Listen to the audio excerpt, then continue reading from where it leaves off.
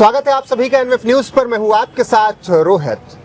अगर अवैध धर्मांतरण कराया तो फिर दो राज्यों में दो ऐसे सीएम जो कि आपकी कमर तोड़ देंगे, और इसीलिए कहा जा रहा है कि ये दो भाई दोनों तबाही हैं। बात करेंगे अवैध धर्मांतरण और इसके परिणाम जो निकलकर हाल फिलहाल में सामने आए हैं, जिस तरीके से खबरें निकल कर आई हैं, उस पर एक्शन क्या लिया जा रहा है।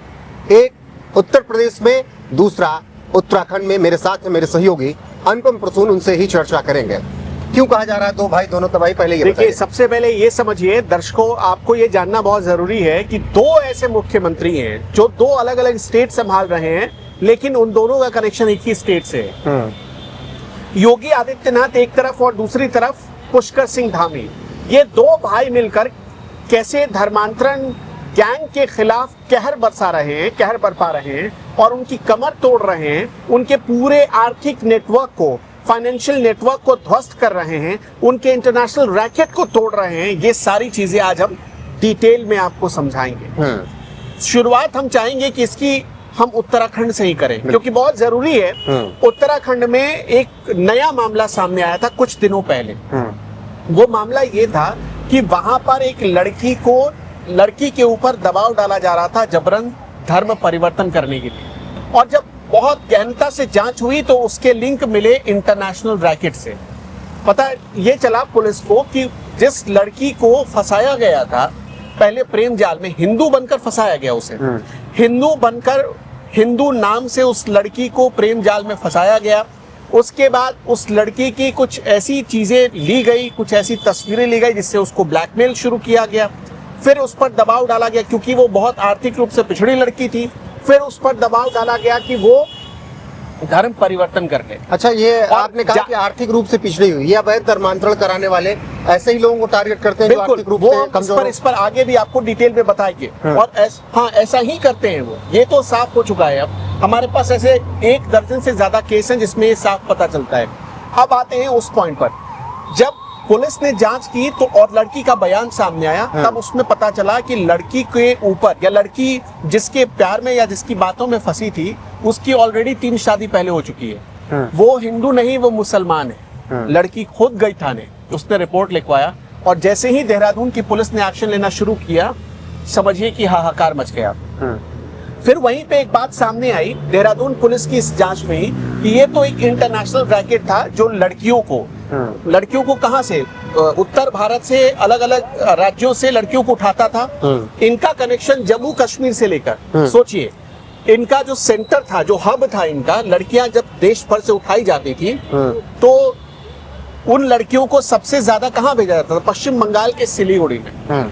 वहां पर उनको रखा जाता था, एक ऐसा सेंटर बना दिया गया था। फिर वहां से नेपाल और भूटान के रास्ते उनको बाहर भेजा जाता था। अब सेम कनेक्शन जब और अंदर तक पहुंची तो पता चला कि ये आगरा में एक नेटवर्क पकड़ा गया था, वो भी इंटरनेशनल नेटवर्क था, और उससे इसके तार जुड़े हुए, जो उत्तराखंड यूनिट के तौर पर काम कर रहा था। अब इसमें एक चीज समझिए कि इसके बाद पुष्कर सिंह, क्योंकि देहरादून में ये मामला सामने आया, तो पुष्कर सिंह धामी तो उसको बर्दाश्त, वैसे ही उन्होंने, आपने देखा होगा जब पहली बार वो सरकार में आए, जैसे ही आए साल 2020-21 में ही उन्होंने जबरन धर्मांतरण के खिलाफ कानून बनाया, तमाम जिहाद के खिलाफ, लैंड जिहाद, उन्होंने कानून बनाया। लेकिन जमीन जिहाद, जब उसके बाद 2022 में फिर से सत्ता में आए, उनको लगा कि नहीं, ये कानून सॉफ्ट है, हमें इससे ज्यादा सख्त कानून की आवश्यकता है। उन्होंने फौरन उस कानून को बदला, उसमें कुछ ऐसे सुधार किए जिससे ऐसे लोगों के खिलाफ कड़ी कार्रवाई हो सके, सख्त कार्रवाई हो सके और उनके हाथ पांव कांपे, इस तरह की व्यवस्था की गई उस पूरे कानून में। अब इसमें समझिएगा, जब से पुष्कर सिंह धामी आए, जब वो आए थे तो समझिए आने के 1 साल के भीतर, या 2020 के बाद से 2023 तक करीब 18 मामले सामने आए थे जबरन धर्मांतरण। लेकिन जैसे ही पुष्कर सिंह धामी ने सख्त कानून बनाया, आपको पता है कितने मामले आए? 44 मामले दर्ज हो चुके हैं जबरन धर्मांतरण के, 18 से 44। सोच कर एक्शन भी हुआ, एक्शन हो रहा है, और कई मामलों में, ज्यादातर मामलों में सबूत जुटाए गए, कोर्ट में सजा दिलवाई गई। सोचिए पुलिस कितनी सजगता से काम कर रही है। आपने देखा होगा कई मामलों में तो बच जाते हैं ये लोग, लेकिन इसमें ज्यादातर मामलों में, और कुछ मामलों में अभी ट्रायल चल ही रहा है, तो ये पुष्कर सिंह धामी के काम करने का स्टाइल था। अब आते हैं उत्तर प्रदेश में जिस तरीके से झांगुर बाबा वाला मामला है, झांगुर आगरा बाबा वाला का है। बलरामपुर से केस पकड़ा हाँ। गया। झांगुर बाबा के केस में आपने वो रिपोर्ट की थी, मैंने देखी थी आपकी वो रिपोर्ट, जिसमें आप बता रहे थे उसमें लड़कियों की बोली लगती थी। बोली क्या लगती थी? अगर अपर कास्ट की लड़की है, ब्राह्मण लड़की है, तो उसकी 16 लाख की बोली लगती थी। पहले धर्म परिवर्तन करवाया जाता था, फिर बेचा जाता था, इस तरह से बोली लगती थी। अगर ओबीसी लड़की है तो उसका रेट कम लगता था, SC ST है उसका रेट कम, इस हिसाब से बोली लगती थी। बताइए, चमड़ी आपने अभी तक सुना होगा, लेकिन इस हिसाब से जब आप देखेंगे फिल्मों में ये सब अक्सर चीजें दिखती हैं। नहीं, इससे पहले अजमेर में भी इसी तरीके का और अजमेर में हुआ ही था। तो फिल्मों में जो चीज हम देखते थे, जो सामाजिक कुरीतियां बुराइयां देखते थे, वो तो सच में ये लोग झांगुर बाबा और झांगुर बाबा करता क्या है? आपने थोड़ी देर पहले एक सवाल पूछा था कि जो आर्थिक रूप से पिछड़े लोग होते हैं वही शिकार होते हैं। बिल्कुल होते हैं। झांगुर बाबा का पूरा केस ही यही कहता है। झांगुर बाबा के टारगेट पर कौन लोग आए, या झांगुर बाबा के पास इलाज करवाने? वो तो बाबा बन चुका था, वो तो लोगों के इलाज करता था, वो तो कहता था कि हमारे पास आओ, बीमारी ठीक कर देंगे। और वो करता क्या था? जो डॉक्टर के पास महिलाएं गई, उनकी बीमारी ठीक नहीं हुई। अगर मान लीजिए कहीं किसी के पास या बड़े बड़े अस्पतालों में जाकर किसी की बीमारी ठीक नहीं, पैसे है नहीं, उस बीमारी का बड़े मोटा पैसा खर्च करके इलाज करवा नहीं सकते, तब आप क्या करते? तब ऐसे ही बाबा के चक्कर में फंसते हैं। तो झांगुर बाबा ऐसे लोगों को टारगेट पर लेता था, गोली खिलाता था, और गोली खिलाकर फिर वो गोली देने लगता और ऐसे पूरा साम्राज्य बना दिया। और इस तरह से उसने, आपने देखा, 1000 करोड़ से ज्यादा का साम्राज्य है। 400 करोड़ रुपए तो अपनी गर्लफ्रेंड को संपत्ति दे रखी थी उसने। 400 करोड़ रुपए की सिर्फ संपत्ति उसकी नीतू नसरीन, नाम आपने सुना होगा, नीतू नसरीन को 400 करोड़ की प्रॉपर्टी उसने दे रखी थी। ऐसे ही प्रयागराज। अब सुनिए, एक और मामला सामने आया है।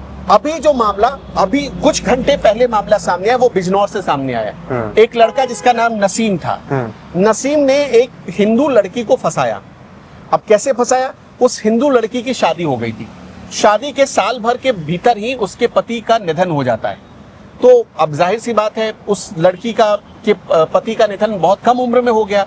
उसने मतलब अपनी लाइफ उसने जीना शुरू किया। फिर उसको मिला एक लड़का, एक शख्स से उसकी मुलाकात हुई। उस लड़के ने बताया कि मेरा नाम रवि है। तो उसको लगा कि ये हिंदू ही है। बातचीत एकदम परवान चढ़ने लगी, दोस्ती काफी ख्याल रखता था। तो उसको भी लगा, उस लड़की को लगा कि ये हमारा बहुत केयर करता है, इसमें कुछ बात है। फिर धीरे धीरे बढ़ी और 2 साल में बात यहाँ तक पहुंच गई कि दोस्ती हुई, दोस्ती से शादी हो गई, शादी से बच्चे हो गए। और जब पता चला तो नसीम निकला। और बाद में पता चला कि जिसको रवि समझ रही थी वो तो नसीम निकला। और ऐसे में आप समझ कर देखिए, वो लड़की अगर प्रेग्नेंट नहीं होती तो ये चीजें खुलती नहीं। उस पर दबाव डाला गया था, और बाद में जब वो प्रेग्नेंट हो गई तब उस पर दबाव डाला गया कि अपना धर्म परिवर्तन कर, अपना धर्म परिवर्तन।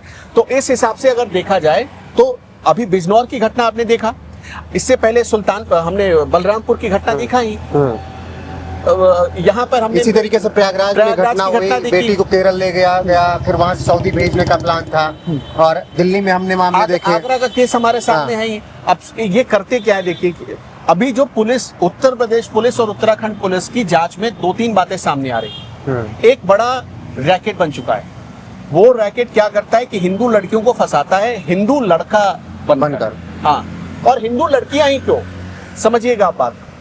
हिंदू लड़कियों को जानबूझकर फंसाया जाता है ताकि वो अपने पॉपुलेशन को बढ़ा सके, पैसा भी मिल सकेगा। और पैसा भी मिलता है, बहुत मोटा पैसा। जो 16 लाख रुपए का जिक्र कर रहे हैं, कई मीडिया रिपोर्ट्स का ये दावा है कि 16 लाख रुपए अगर किसी हिंदू लड़की से शादी कोई मुसलमान लड़का करता था, उसे प्रेग्नेंट कर देता था, उसके बच्चे हो जाते थे, तो उसको पैसे मिलते थे। इस तरह के केसेस सामने आ रहे हैं। तो ये सारे केस ऐसे हैं जिसने यूपी और उत्तराखंड दोनों को मजबूर किया कि ऐसे लोगों की कमर तोड़नी पड़ेगी। और दोनों सरकारें कर रही हैं, दोनों सीएम कर रहे हैं। और दोनों सरकारें, दोनों सीएम मिलकर कर रहे हैं। और देखिए, हाहाकार मचा हुआ है, ऐसे इस कुनबे में हाहाकार मचा हुआ है। उत्तराखंड से लेकर उत्तर प्रदेश तक ऐसे लोग भाग रहे हैं, मतलब जान बचाकर भाग रहे हैं। बिल्कुल।